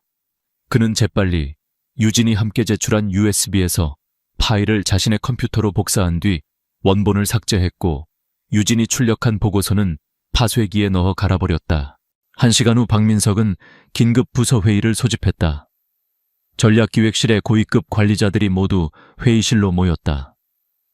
그리고 회의 마지막에는 3분기 전략을 논의하기 위해 강지훈 CEO가 화상으로 참석할 예정이었다. 판도는 점점 커지고 있었다. 회의가 시작되자 박민석은 자신의 발견을 발표하기 시작했다. 그는 유진이 만든 슬라이드 그녀의 분석, 심지어 그녀의 문장까지 그대로 베껴서 마치 자신이 오랫동안 묻혀있던 범죄를 파헤친 유능한 탐정인 것처럼 연기했다. 관리자들은 충격과 감탄을 금치 못했다. 인턴 자격으로 회의실 맨 뒷줄에 앉아있던 유진은 그저 망연자실할 뿐이었다. 그녀는 이토록 뻔뻔한 도둑질을 믿을 수가 없었다. 자신의 피와 땀 잠 못 이룬 밤들이 눈앞에서 통째로 도둑맞고 있었다. 박민석이 관리자들의 박수갈채를 받으며 발표를 마쳤을 때 유진은 자리에서 벌떡 일어났다. 박민석 팀장님, 그녀의 목소리는 떨렸지만 회의실 전체에 울릴 만큼 또렷했다. 그것은 제 보고서입니다. 제가 찾아낸 결과물입니다. 회의실은 순간 찬물을 끼얹은 듯 조용해졌다. 모든 시선이 그녀에게로 향했다. 박민석은 잔인하고 조롱 섞인 웃음을 터뜨렸다. 한유진 인턴. 혹시 망상에라도 빠졌나 첫 과제가 너무 벅찼던 모양이군. 자네의 역량을 시험해보려고 간단한 과제를 내줬더니 이제는 중대한 기업 비리 조사의 공로를 주장해 여기 있는 모든 사람이 인턴 하나가 이런 일을 해낼 수 없다는 걸 알아. 더 이상 회사 망신시키지 말고 자리에 앉게. 그의 말은 칼날처럼 날카롭고 모욕적이었다. 다른 관리자들은 유진을 동정과 경멸이 섞인 눈으로 쳐다보았다. 그녀는 그저 인턴일 뿐이었다. 누가 그녀의 말을 믿어주겠는가? 그녀는 도움을 청하듯 주위를 둘러보았지만 아무도 그녀의 편이 되어주지 않았다. 수연은 겁에 질린 표정이었지만 아무것도 할 수 없었다. 바로 그때 회의실 전면의 대형 스크린이 깜빡이며 켜졌다. 강지훈의 얼굴이 나타났다. 그는 예정보다 일찍 접속한 것이 분명했다. 그는 이 모든 상황을 지켜보고 있었다. 그의 얼굴은 감정을 읽을 수 없는 돌가면 같았다. 그는 아무 말도 하지 않았지만 얼음 조각처럼 차갑고 날카로운 그의 시선은 박민석에게 고정되어 있었다. 자신의 명백한 승리와 CEO의 침묵에 용기를 얻은 박민석은 마지막 일격을 가했다. 보안팀, 그는 의기양양하게 말했다. 한 인턴을 밖으로 안내해 주십시오. 몸이 좀 안 좋은 것 같군요. 유진은 모욕감과 배신감에 그 자리에 얼어붙었다. 그녀는 스크린을 보았다. 자신의 비밀 남편이자 이 회사의 CEO인 남자의 얼굴을. 그의 표정은 변함이 없었지만 유진은 그의 턱 근육이 순간적으로 꿈틀하는 것을 보았다. 그러나 그는 여전히 침묵했다. 유진에게 그의 침묵은 그 어떤 비난보다 더한 궁극적인 배신이었다.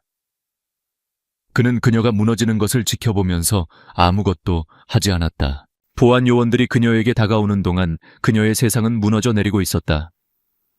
보안 요원들이 유진의 팔을 막 잡으려던 바로 그 순간이었다. 멈춰. 스피커를 통해 울려 퍼진 단 한마디의 말. 얼음장처럼 차갑고 절대적인 권위가 담긴 강지훈의 목소리였다. 그 한마디에 회의실의 모든 움직임이 정지했다. 보안 요원들은 마치 전기에 감전된 것처럼 즉시 손을 떼고 물러섰다. 모든 시선이 다시 스크린으로 향했다. 강지훈의 얼굴에는 여전히 아무런 표정이 없었지만 그의 눈빛은 방 안의 공기를 지배할 만큼 엄청난 무게감을 담고 있었다. 박민석 팀장. 그의 목소리는 위험할 정도로 차분했다. 방금 그 발표 아주 인상적이군. 박민석은 자신이 칭찬을 받았다고 착각하고 얼굴에 화색이 돌았다. 과찬이십니다, 대표님. 그렇게 대단한 발견을 했다면 강지훈이 말을 이었다. 몇 가지 질문에 답할 수 있겠지. 그때부터 강지훈의 외과 수술처럼 정교하고 날카로운 질문이 시작되었다.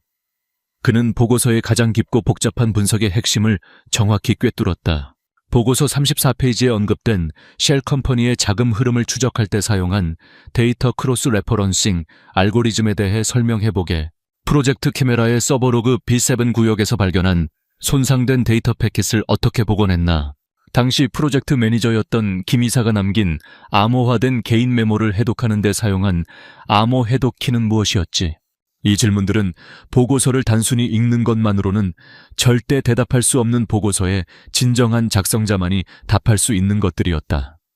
그것들은 결과물 너머의 과정에 대한 깊고 내밀한 지식을 요구했다. 박민석의 얼굴에서 핏기가 가셨다. 그는 식은땀을 흘리며 말을 더듬기 시작했다. 그는 허세를 부리며 얼버무리려 애썼다. 그것은 저희 팀의 전문적인 분석 기법을 활용하여 어떤 기법이지. 강지훈은 그의 말이 끝나기도 전에 무자비하게 파고들었다. 독자적인 데이터 대조 방식을 통해. 그 방식의 원리가 뭐냐고 물었다. 박민석은 더 이상 아무 말도 하지 못했다. 그를 향한 박수갈채를 보냈던 관리자들은 이제 의심과 경멸이 뒤섞인 눈으로 그를 쳐다보고 있었다.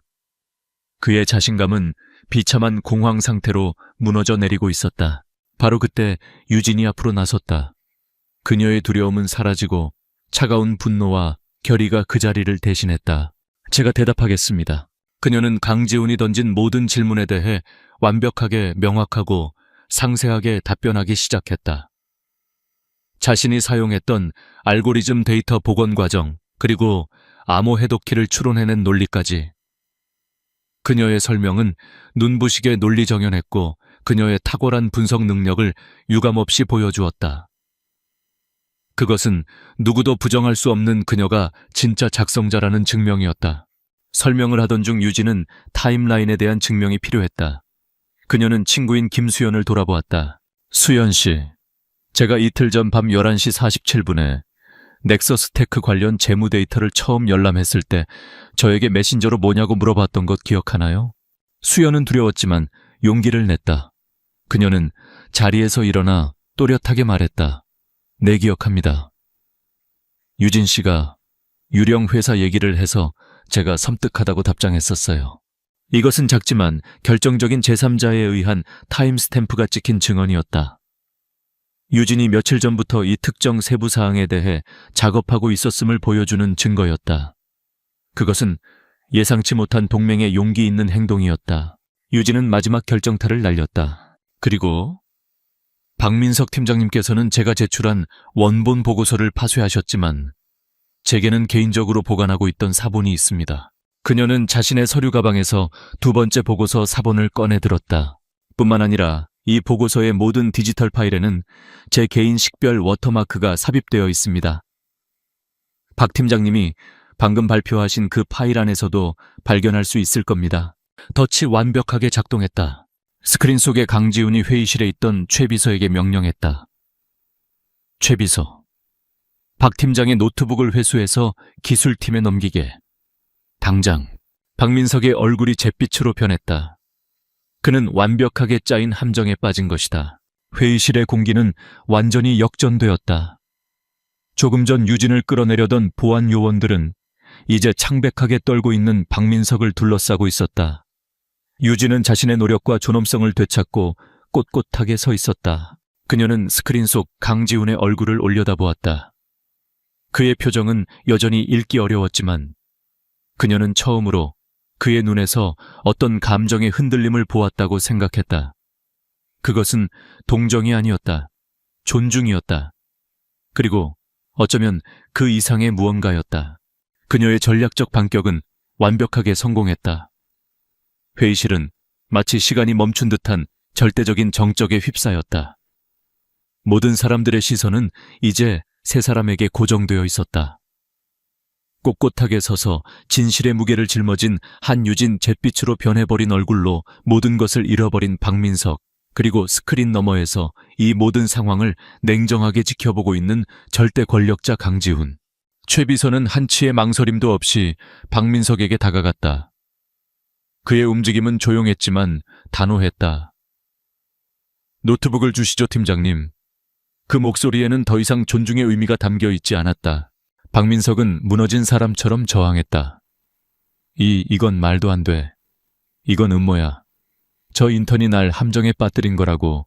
그의 절규는 공허하게 울렸지만 아무도 그의 말을 믿지 않았다. 그의 발악은 오히려 그의 유죄를 더욱 명백하게 만들 뿐이었다. 최 비서는 그의 손에서 노트북을 빼앗아 들고는 대기하고 있던 기술팀 직원에게 건넸다. 강지훈은 스크린 속에서 조용히 입을 열었다. 기술팀은 지금 즉시 저 노트북에서 발표 파일의 메타데이터와 숨겨진 워터마크를 분석해서 결과를 이 자리에서 보고하도록 5분 주지. 그의 명령은 사형 선고나 다름없었다. 회의실에 있던 모든 관리자들은 숨을 죽이고 결과를 기다렸다. 그 5분은 박민석에게는 영원과 같은 시간이었고 유진에게는 정의가 실현되기를 기다리는 길고 긴 순간이었다. 그녀는 애써 겉으로는 평정을 유지했지만 심장은 미친 듯이 뛰고 있었다. 그녀는 자신의 모든 것을 걸었다. 만약 아주 작은 실수라도 있었다면 그녀는 아우라 그룹에서 쫓겨나는 것은 물론 업계에서 재기불능의 낙인이 찍힐 수도 있었다. 그녀는 무심코 스크린 속의 강지훈을 다시 한번 쳐다보았다. 그는 왜 자신을 믿어주었을까? 그가 던진 질문들은 명백히 그녀에게 유리한 판을 짜주기 위한 것이었다. 그저 CEO로서의 공정함 때문이었을까? 아니면 그 이상의 다른 이유가 있는 것일까? 그녀의 머릿속은 다시 한번 복잡해졌다. 정확히 5분 후 기술팀장이 창백한 얼굴로 회의실에 들어섰다. 그는 모든 관리자들과 스크린 속의 CEO를 향해 고개를 숙였다. 보고드립니다. 박민석 팀장님의 노트북에서 발견된 발표 파일은 생성된 지 약 2시간밖에 되지 않았습니다. 또한 파일의 모든 슬라이드와 첨부된 데이터 시트에서 한유진 인턴의 개인 식별 디지털 워터마크가 발견되었습니다. 워터마크는 원본 생성 날짜를 어젯밤 03시 17분으로 기록하고 있습니다. 망치 소리가 울리는 것 같았다. 박민석의 마지막 변명조차 산산조각이 났다. 그는 털썩 의자에 주저앉았다. 모든 것이 끝났다. 관리자들 사이에서 경악과 분노의 술렁임이 터져나왔다. 그들은 자신들이 하마터면 거대한 사기극에 동조할 뻔했다는 사실에 치를 떨었다. 그들의 시선은 이제 박민석에게서 유진에게로 옮겨갔다. 경멸과 동정에서 경외와 존경으로. 이 어린 인턴은 혼자만의 힘으로 이 거대한 조직의 암적인 존재를 파헤치고 스스로의 명예를 지켜냈다. 강지훈은 스크린 너머에서 조용히 유진을 바라보았다. 그의 시선은 더 이상 단순한 CEO와 인턴의 관계가 아니었다. 그것은 한 명의 전략가가 다른 한 명의 뛰어난 전략가를 인정하는 눈빛이었다. 박민석, 강지훈의 목소리가 다시 한번 회의실을 얼어붙게 만들었다. 할 말 있나? 박민석은 고개를 들었다. 그의 눈은 실성한 사람처럼 초점이 없었다. 그는 갑자기 미친 듯이 웃기 시작했다. 그래, 내가 했다. 내가 했어. 근데 나 혼자 한 줄 알아. 이 더러운 프로젝트는 처음부터 잘못됐었어. 윗대가리들은 다 알고 있었다고. 난 그냥 그들이 시키는 대로 했을 뿐이야. 날 자르려면 그때 그 인간들도 다 잘라야 할걸. 그것은 자포자기의 폭로였다. 그는 혼자 죽지 않겠다는 듯 물귀신처럼 다른 공모자들을 걸고 넘어졌다. 그의 폭로에 몇몇 관리자들의 얼굴이 하얗게 질렸다. 프로젝트 키메라의 유령이 5년의 세월을 뛰어넘어 회의실에 다시 나타난 순간이었다. 유진은 이 모든 것을 지켜보며 자신이 건드린 것이 단순한 표절 사건이 아니라 회사의 근간을 뒤흔들 수 있는 거대한 부패의 사슬이었음을 깨달았다. 강지훈은 박민석의 발악에도 전혀 동요하지 않았다. 그의 목소리는 여전히 강철처럼 차가웠다. 감사실에 전하지. 박민석을 포함해 프로젝트 키메라와 관련된 모든 인물들을 재조사하도록.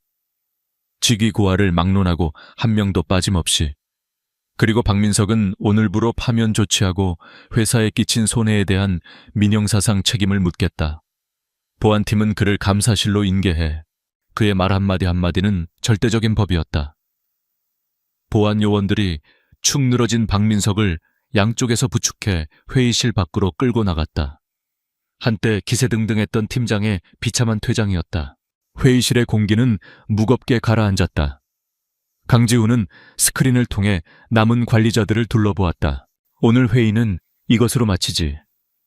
각자 자리로 돌아가서 업무에 복귀하도록. 그리고 오늘 있었던 일에 대해서는 외부 발설을 일절 금한다. 관리자들은 마치 죄인처럼 서둘러 회의실을 빠져나갔다. 아무도 감히 유진에게 말을 걸지 못했다. 순식간에 회의실에는 유진과 최 비서 그리고 스크린 속의 강지훈 단 3사람만이 남게 되었다. 유진은 어떻게 해야 할지 몰라 그 자리에 우두커니 서 있었다. 이제 모든 것이 끝났다. 그녀는 이겼다. 하지만 마음은 이상하게도 차분했다. 한유진 씨, 강지훈이 그녀를 불렀다. 그녀는 고개를 들어 스크린을 마주 보았다. 오늘 수고 많았네. 잠시 후 내 집무실로 올라오도록 최 비서가 안내할 걸세. 그 말을 끝으로 스크린이 꺼졌다. 최 비서는 유진에게 다가와 정중하게 고개를 숙였다. 그의 태도는 180도 달라져 있었다. 한유진님, 잠시 휴게실에서 기다리시면 제가 모시러 오겠습니다.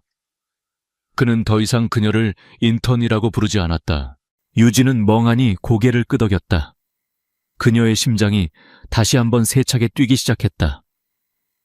이번에는 두려움이나 긴장감 때문이 아니었다. 그것은 앞으로 다가올 미지의 순간에 대한 거부할 수 없는 예감 때문이었다.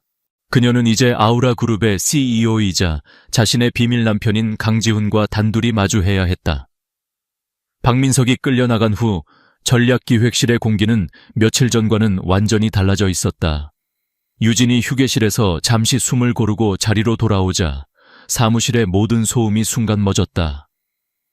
그녀를 향한 시선에는 더 이상 동정이나 경멸이 없었다. 그 자리에는 경외와 존경, 그리고 약간의 두려움이 뒤섞여 있었다. 그녀는 더 이상 평범한 인턴이 아니었다. 부패한 팀장을 무너뜨리고 부서 전체를 뒤흔든 존재였다. 한때 사무실 구석에 방치되었던 그녀의 책상은 이제 사무실의 중심처럼 느껴졌다. 그녀의 친구 수연이 달려와 그녀를 꽉 껴안았다. 유진아, 정말 대단해. 속이 다 시원하다.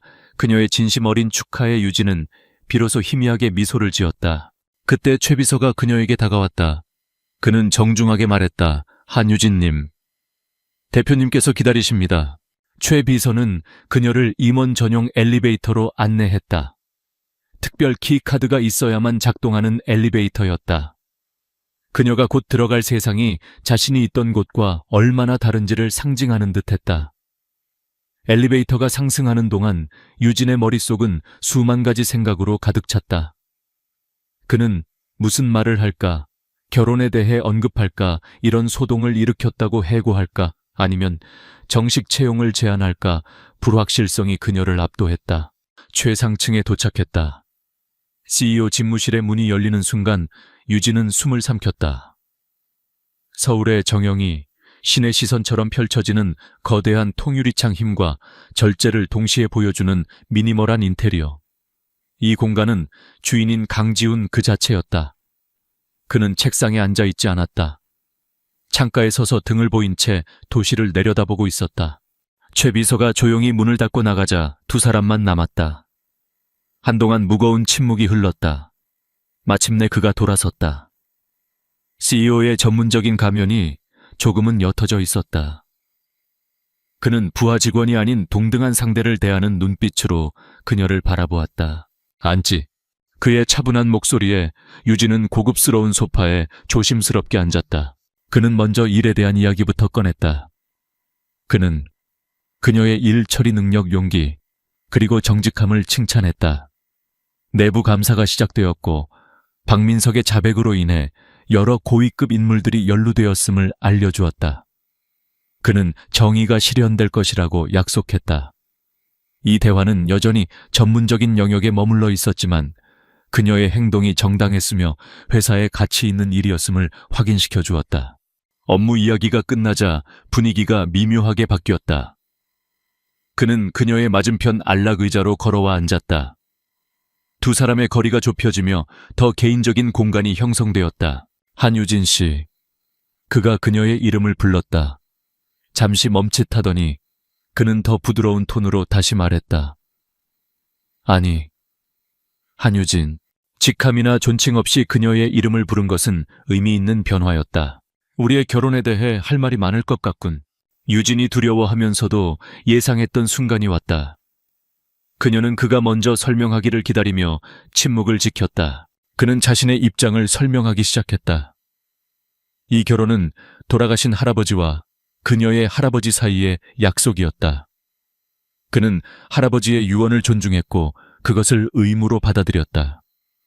그는 결혼식에서 차갑고 거리를 둔 것은 그녀가 싫어서가 아니라 그저 이 관계를 감정이 배제된 공식적인 계약 가문과 가문의 결합으로 여겼기 때문이라고 인정했다.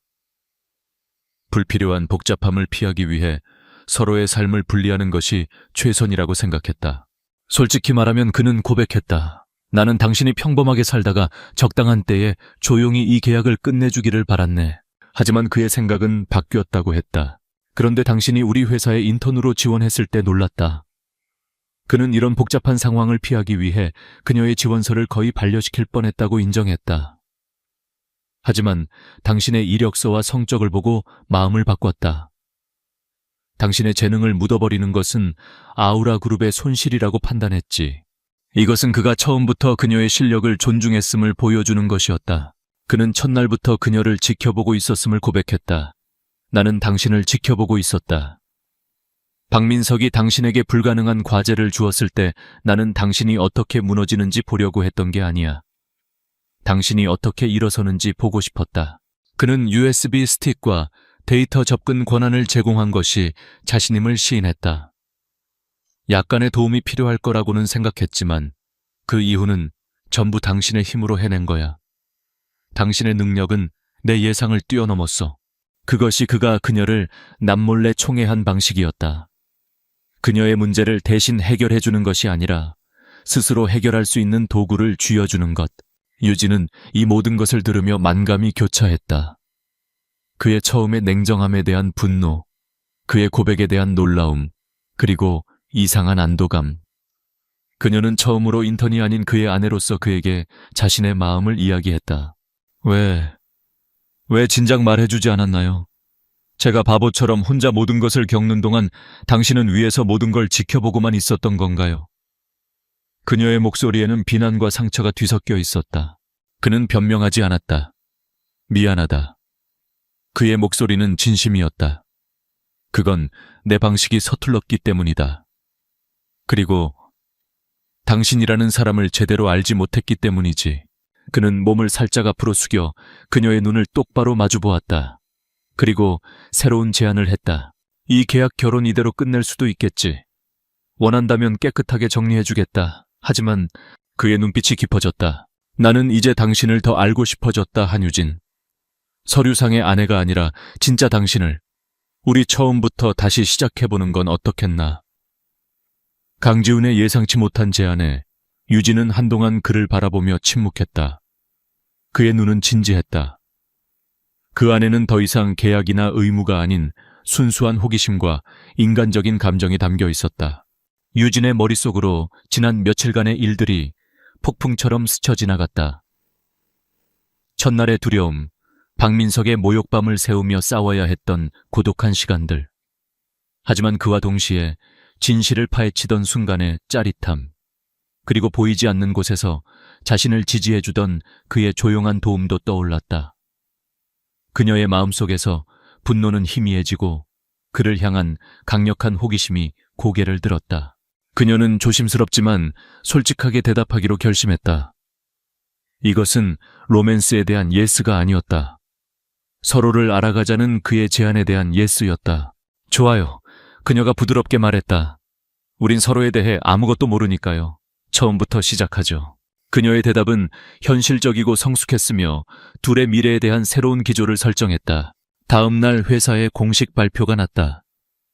한유진은 더 이상 인턴이 아니었다.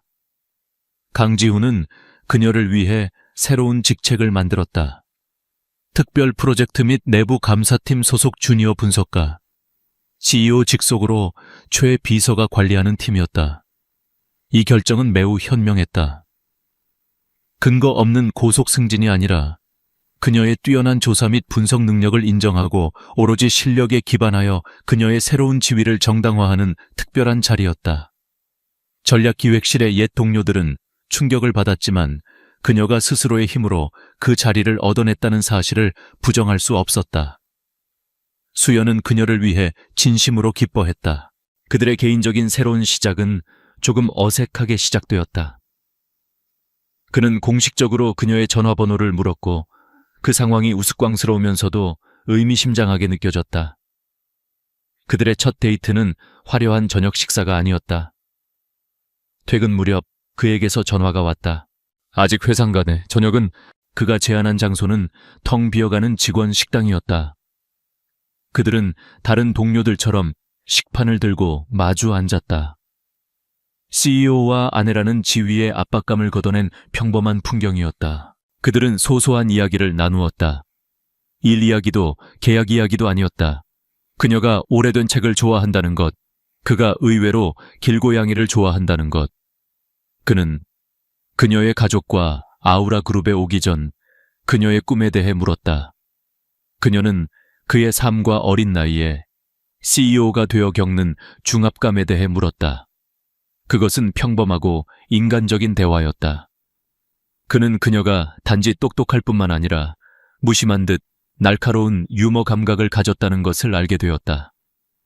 그녀는 그가 단지 차갑고 강력할 뿐만 아니라 외롭고 책임감에 짓눌려 있다는 것을 알게 되었다. 진정한 연결이 싹트기 시작했다. 식당을 나와 텅 빈 밤의 사무실 복도를 걸을 때 그가 그녀를 멈춰 세웠다. 그는 주머니에서 결혼 반지를 꺼냈다. 회의실 사건 이후 그녀에게 공간을 주기 위해 빼놓았던 반지였다. 그는 그녀의 손을 그리고 그녀의 눈을 말없이 바라보았다. 질문의 의미를 알아차린 그녀 또한 가방에서 자신의 반지를 천천히 꺼냈다.